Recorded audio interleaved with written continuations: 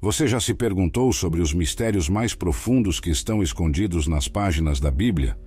Criaturas formidáveis que fazem guerreiros experimentados tremerem, anjos que abandonam seu reino celestial e seres tão poderosos que desafiam nossa compreensão humana.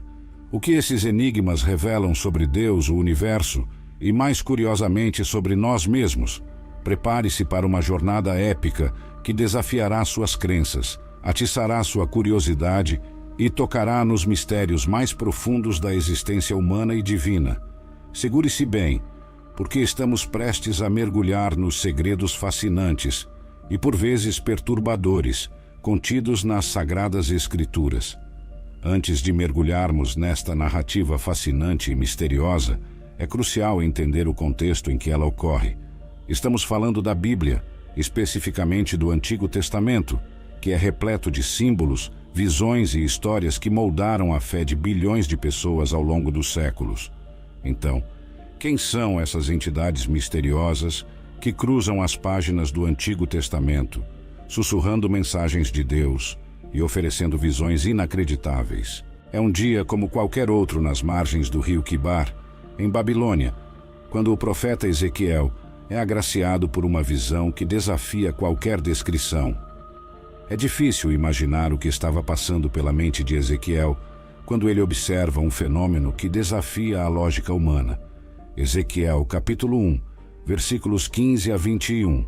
Agora, quando olhei para os seres vivos, eis que havia uma roda sobre a terra ao lado de cada um deles.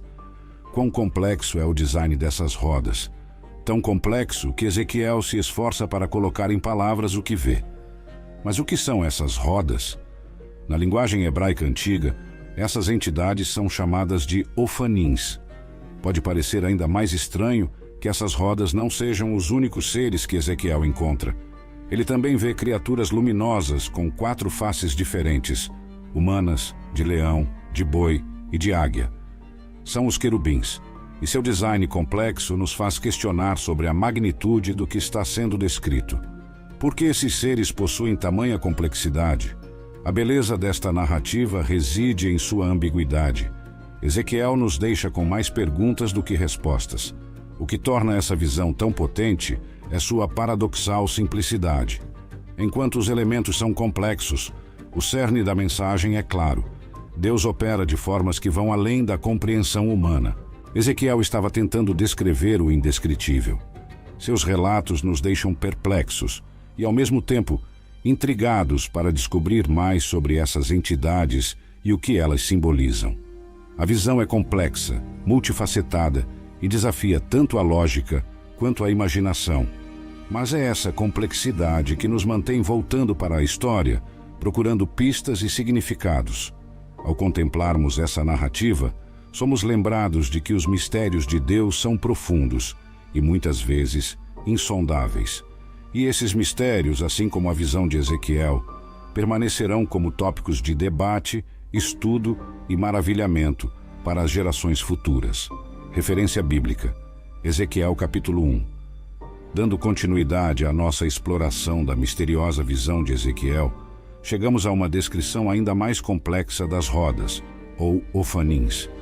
A aparência das rodas e o seu trabalho era como a cor do berilo, e as 4 tinham uma mesma semelhança. A sua aparência e o seu trabalho eram como uma roda no meio de uma roda. Ezequiel, capítulo 1, verso 16. Estas não são simplesmente rodas, são rodas com olhos ao redor, um detalhe que sugere onisciência ou uma forma divina de percepção. O que é ainda mais intrigante é a relação simbiótica entre os ofanins e os querubins. Os ofanins parecem mover-se em uníssono com os querubins, sugerindo que o espírito dos seres viventes estava nas rodas. Ezequiel capítulo 1, versos 20 e 21.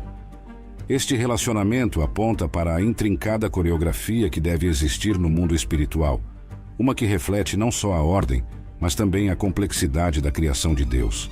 Talvez o que mais chame a atenção é a sensação de movimento contínuo na visão. Tudo, desde os seres viventes até o trono de Deus, parece estar em constante atividade. Isto poderia ser um reflexo da natureza ativa e sempre presente de Deus no universo. A identificação dos ofanins como anjos em textos apocalípticos judaicos posteriores torna-se um tema de debate interessante. Os ofanins, na visão de Ezequiel, não são explicitamente chamados de anjos, levantando a questão: são uma categoria distinta de seres celestiais? A visão apresenta-os mais como mecanismos divinos do que como mensageiros ou guerreiros. O que fica evidente é que Ezequiel está vendo uma representação do mecanismo divino do universo, um relógio cósmico de incrível complexidade e beleza. Os múltiplos olhos nas rodas talvez representem a onisciência de Deus, que vê e sabe tudo. Ezequiel, capítulo 1, verso 18. No final das contas, o que Ezequiel oferece é uma visão de um Deus que não é apenas soberano, mas também incrivelmente ativo e onisciente. A visão é tanto um chamado ao assombro quanto uma lembrança do poder de Deus, que move os céus e a terra de maneiras que nem mesmo um profeta pode compreender totalmente. Ezequiel capítulo 1. Neste segmento, vemos uma mudança da discussão sobre os ofanins para uma nova figura, o Behemoth, outra criatura misteriosa mencionada na Bíblia. Antes disso, entretanto, há um ponto crucial que deve ser feito sobre os ofanins. Eles não são apenas mecanismos ou seres celestiais, mas também são usados por Deus para revelar sua glória e soberania a Ezequiel e, por extensão, a nós. Ezequiel é constantemente confrontado com imagens e visões que ultrapassam a compreensão humana, todas apontando para a majestade de Deus. O ponto central é: Deus está no controle, mesmo quando seu povo está no exílio e à beira da destruição. Ezequiel capítulo 1, versículos 16 a 21, Ezequiel capítulo 10. A história de Jó nos leva a outro ser misterioso, o Behemoth. Jó é um homem que enfrenta sofrimento inimaginável, mas mesmo nas profundezas de sua angústia, ele não abandona sua fé em Deus. É nesse contexto que Deus faz menção do Behemoth. Jó capítulo 40, versos 15 a 24. Este é apresentado como um exemplo do poder e da majestade de Deus. Jó capítulo 40, versículos 15 a 24. O drama da história de Jó está em sua busca por respostas em meio ao sofrimento. Ele anseia por um encontro com Deus e, finalmente, isso ocorre. Deus fala a Jó não para responder diretamente às suas perguntas, mas para colocá-las em um contexto muito maior. A grandiosidade da criação e da soberania divina. Deus aponta para a complexidade do mundo natural e para criaturas como o Behemoth como evidência de seu poder e majestade. O Behemoth, como os ofanins, serve a um propósito na revelação bíblica. Ele não é apenas uma criatura enigmática, é um símbolo da soberania de Deus sobre a criação. Ao citar o Behemoth, Deus está fazendo um ponto claro. Se uma criatura tão grandiosa existe apenas porque ele a criou, então quem é o homem para questionar seus caminhos? Jó capítulo 40, versículos 15 a 24. Tanto na visão de Ezequiel quanto na história de Jó, essas figuras misteriosas, ofanins e Behemoth, são mais do que simples anomalias. Eles são ferramentas divinas usadas para demonstrar aspectos insondáveis do caráter de Deus, sua soberania, sua onipresença, sua onisciência. Eles nos lembram que nosso entendimento é limitado, mas Deus é infinito em todos os seus aspectos. Deus confronta Jó com perguntas retóricas e descrições de suas obras grandiosas, deixando claro que o homem, mesmo alguém tão fiel quanto Jó, não está em posição de questionar Deus. Jó é feito sentir-se insignificante em comparação à onipotência e à majestade de Deus. Jó capítulo 40, versículos 15 a 24. Jó capítulo 38, verso 41. O Behemoth, mencionado em Jó capítulo 40, versos 15 a 24, é uma criatura de grandiosidade imensa. Há muita especulação sobre o que o Behemoth realmente poderia ser, mas uma coisa é clara: ele é um exemplo monumental da habilidade de Deus como Criador. Deus apresenta o Behemoth para Jó, a fim de mostrar que se Jó não pode entender ou controlar tal criatura, quanto menos ele poderia entender ou questionar Deus. O texto descreve o Behemoth como imenso, com músculos poderosos, vivendo em meio à natureza quase indiferente a esses elementos ao seu redor. Há diferentes teorias sobre o que o Behemoth poderia ser. Alguns o consideram um hipopótamo, devido à descrição de sua grande boca e hábito de viver perto da água. Outros argumentam que ele poderia ser um elefante. Independentemente de sua verdadeira natureza, o ponto é mostrar que esta é uma criatura que apenas Deus poderia criar e controlar. Jó capítulo 40, versículos 15 a 24. O Behemoth, assim como as outras criaturas e elementos descritos em Jó e em outros livros da Bíblia, serve para ilustrar a onipotência, a onipresença e a onisciência de Deus. Tudo foi criado através dele, como afirmado em João capítulo 1, versículo 3, e, portanto, ele é superior a toda a criação. João capítulo 1, versículo 3. O encontro entre Deus e Jó não se concentra tanto em dar a Jó as respostas para suas perguntas, mas em abrir seus olhos para a grandeza divina que ultrapassa qualquer entendimento humano. Através das descrições de criaturas como o Behemoth, Deus reitera o quão grandioso ele é e o quão limitados somos em nossa compreensão. A história de Jó e a menção do Behemoth servem como lembretes de que Deus é o Criador Supremo, totalmente além de nossa compreensão ou questionamento. Após falar sobre o Behemoth, Deus então chama a atenção de Jó para outra criatura impressionante, o Leviatã. Descrito como uma criatura aquática temível, o Leviatã é mais um exemplo do poder e majestade de Deus. O ponto é simples. Se um ser humano como Jó não pode compreender ou controlar essas criaturas formidáveis, como ele poderia se atrever a questionar Deus? Jó, capítulo 41. Isaías, capítulo 27, versículo 1. Salmos, capítulo 104, versículos 25 e 26. O Leviatã é retratado como uma criatura aquática temível, possivelmente serpentina, que é tão poderosa que ninguém poderia esperar subjugá-lo. A menção do Leviatã serve para amplificar o ponto de que Deus é incontestavelmente maior do que qualquer uma de suas criações e, portanto, merece nossa adoração e reverência. O Leviatã, assim como o Behemoth, serve para ensinar uma lição de humildade. Deus usa essas criaturas para confrontar qualquer tendência humana ao orgulho ou à autossuficiência. Deus é o Criador de todas as coisas, grandes ou pequenas, e merece o nosso respeito e reverência. Jó capítulo 41. A lição final aqui é uma de humildade. Deus não apenas criou estas criaturas incríveis, mas também lhes deu habitats onde poderiam viver e prosperar. Se Deus cuida até mesmo dessas criaturas aterrorizantes e poderosas, quanto mais Ele cuidaria de nós, seres humanos feitos à sua imagem.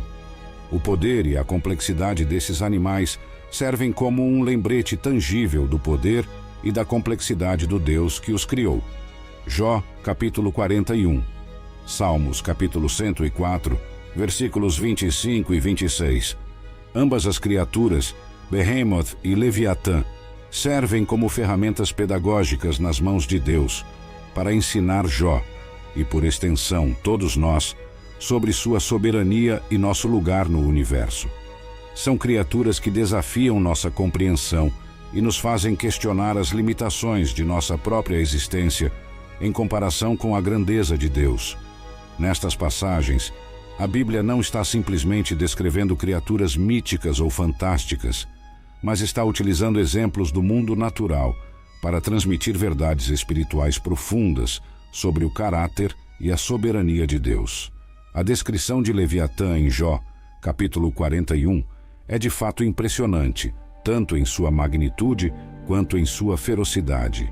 Ele é descrito como uma criatura quase invencível, cuja pele é impenetrável e cujos dentes são aterrorizantes. Além disso, a descrição chega ao ponto de atribuir ao Leviatã uma espécie de fogo que sai de sua boca, o que parece ampliar a ideia de que ele não é uma simples criatura marinha conhecida. Jó capítulo 41, versículos 12 a 34. As opiniões variam quanto à identidade do Leviatã. Enquanto alguns consideram que poderia ser um crocodilo, a descrição parece ir além das características conhecidas desses répteis. Alguns até especulam que poderia ser um tipo de dinossauro marinho ou uma outra criatura extinta que ainda estava na memória coletiva da humanidade na época de Jó. Jó capítulo 41, Salmos capítulo 89, versículos 8 a 10. Uma das mensagens mais profundas aqui é que se humanos como Jó não podem subjugar uma criatura como o Leviatã, como eles poderiam se comparar a Deus, que tem domínio sobre essa fera e todas as outras coisas sob o céu? Deus utiliza Leviatã como mais um exemplo para ilustrar sua grandeza e poder, reforçando que Jó, e por extensão toda a humanidade, deveria se humilhar diante de tamanha majestade. Jó capítulo 41, Salmos capítulo 89, versículos 8 a 10. O Leviatã também é mencionado em outros textos bíblicos, como em Salmos e Isaías. Em Salmos capítulo 89, versículos 8 a 10, a descrição de Deus derrotando Rahab, uma serpente do mar, talvez possa ser vista como uma alusão a um tipo similar de criatura ou ao próprio Leviatã. O nome Rahab significa o orgulhoso, e isso poderia apontar para a mesma mensagem de humildade que é central no livro de Jó. Salmos capítulo 89, versículos 8 a 10, Isaías capítulo 27, versículo 1. Assim como o Behemoth, o Leviatã serve como um poderoso lembrete da onipotência e soberania de Deus. Ambas as criaturas são apresentadas em contextos que visam humilhar a arrogância humana e exaltar a majestade divina. E o principal objetivo dessas descrições é lembrar Jó e a todos nós que somos pequenos em comparação com o Criador do universo e que nossa sabedoria e força são insignificantes em relação a dele. A descrição detalhada do Leviatã no livro de Jó também tem sido interpretada por alguns como uma representação simbólica de Satanás. A linguagem que descreve o Leviatã como uma criatura poderosa e temível, que somente Deus pode controlar, também pode ser vista como uma representação do poder maligno que só Deus pode finalmente derrotar. Jó capítulo 41. Jó não tem conhecimento de toda a história por trás de suas provações. Deus nunca revela a ele os detalhes do desafio celestial entre Deus e Satanás que provocou seu sofrimento. No entanto, ao falar sobre o Leviatã e o Behemoth, Deus dá a Jó e aos leitores uma visão da sua soberania e poder, oferecendo assim conforto e confiança para o passado, presente e futuro. De acordo com Isaías capítulo 43, versículo 20, toda a natureza glorifica Deus, e criaturas como Leviatã e Behemoth são testemunhos de seu imenso poder e majestade. Toda a força de qualquer criatura provém de Deus, que é a fonte de todo poder. Isaías capítulo 43, versículo 20. Finalmente, falando de outras criaturas misteriosas, a Bíblia também fala sobre os Nefilins em Gênesis capítulo 6, versículos 1 a 4. Esses seres são descritos como o resultado da união entre filhos de Deus e filhas dos homens. A presença dessas criaturas é outra manifestação da complexidade do mundo espiritual e da interação entre o divino e o humano na Bíblia. Gênesis capítulo 6, versículos 1 a 14.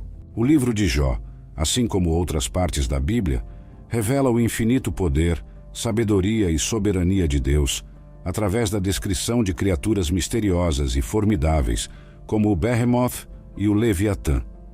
A mensagem central que Deus quis transmitir a Jó e a todos nós é de humildade e reverência diante do Criador de todas as coisas. Também é um lembrete de que há mistérios no universo que estão além da nossa compreensão.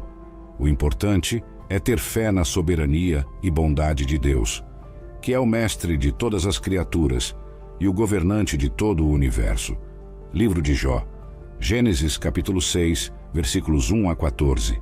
Isaías capítulo 43, versículo 20.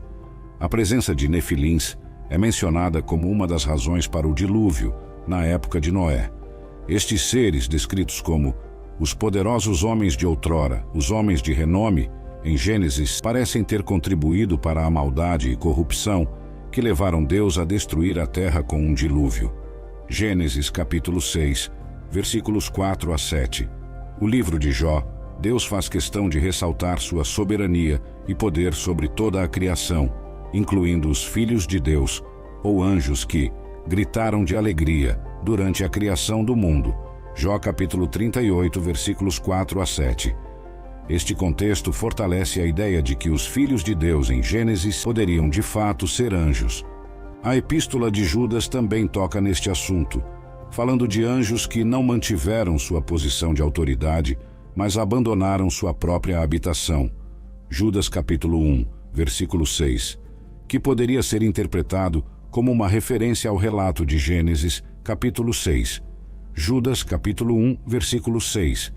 A Bíblia sugere que os nefilins reapareceram após o dilúvio, particularmente nos relatos dos espiões israelitas que exploraram a terra de Canaã, conforme registrado em Números capítulo 13, versículo 33. A presença desses seres poderosos na terra serviu como um grande desafio para os israelitas. Números capítulo 13, versículo 33. A presença de seres misteriosos e poderosos, como os nefilins, acrescenta outra camada de complexidade à compreensão bíblica do bem e do mal, assim como do plano divino para a humanidade e a criação. Além disso, realça a soberania de Deus, que é capaz de controlar e julgar todos os seres, sejam eles humanos, animais ou espirituais. Deus, em sua onisciência e omnipotência, é a única constante em um universo cheio de mistérios e incertezas. É a Ele que devemos nosso respeito, adoração e confiança, reconhecendo sempre que seus caminhos estão além da nossa compreensão finita. Gênesis, capítulo 6, versículos 1 a 4, 6. Jó, capítulo 38, versículos 4 a 7. Judas, capítulo 1, versículo 6. Números, capítulo 13, versículo 33. Esta é a conclusão da série Explorando Criaturas Misteriosas e Complexas, Questões Teológicas na Bíblia. O objetivo foi aprofundar a compreensão do poder, soberania e mistério que envolvem o caráter de Deus, conforme revelado nas Escrituras.